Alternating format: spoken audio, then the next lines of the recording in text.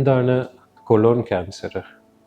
Cologne cancer നമ്മൾ വൻകുടൽ cancer പറയുന്ന ഒരു അർബുദമാണ്.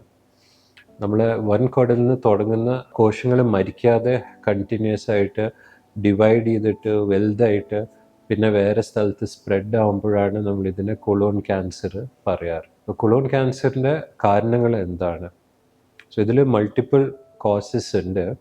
അതിൽ ആദ്യം പറയുന്ന ഏജ് ആണ്. നമ്മൾ പ്രായം കൂടുന്തോറും ക്യാൻസർ വരാനുള്ള റിസ്ക് കൂടാറുണ്ട്.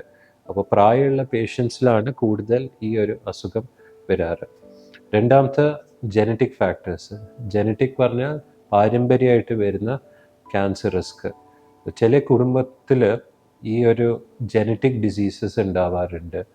അതിൽ ലിഞ്ച് സിൻഡ്രോം പറഞ്ഞിട്ട് FAP സിൻഡ്രോം അങ്ങനത്തെ പറഞ്ഞ കുറേ ജനറ്റിക് ടൈപ്പ് ക്യാൻസേഴ്സ് കാരണം പ്രായം കുറഞ്ഞ ആൾക്കാർക്കും ഈ വൻകുടൽ അല്ലെങ്കിൽ കൊളോൺ ക്യാൻസർ വരാനുള്ള സാധ്യത ഉണ്ട്. പക്ഷേ ഇത് ഒരു 10% താഴെയുള്ള ക്യാൻസേഴ്സേ ഉള്ളൂ ഈ പാരമ്പര്യത്തിൻ്റെ റിസ്ക് ഉള്ളത്. മൂന്നാമത്തെ വരുന്ന സ്മോക്കിങ്ങും ആൽക്കഹോളാണ്. കൂടുതൽ പുകവലി പിന്നെ കൂടുതൽ മദ്യപാനം, ഇത് രണ്ടും ക്യാൻസറിൻ്റെ റിസ്ക് കൂട്ടാറുണ്ട്. പിന്നെ വരുന്നതാണ് നമ്മളെ ജീവിത ശൈലികൾ.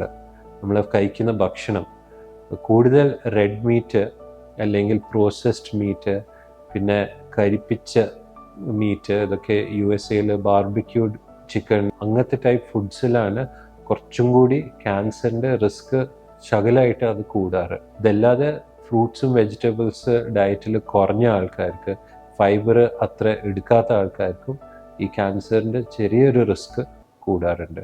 ഇത് അല്ലാതെ തന്നെ നമ്മളുടെ വെയിറ്റ് കൂടിയ ആൾക്കാർക്ക്, ഒബേസിറ്റി, നമ്മൾ എക്സസൈസ് വളരെ കുറഞ്ഞ ആൾക്കാർക്കും ഒരു ക്യാൻസറിൻ്റെ ചെറിയൊരു റിസ്ക്കും കൂടുതലാണ്.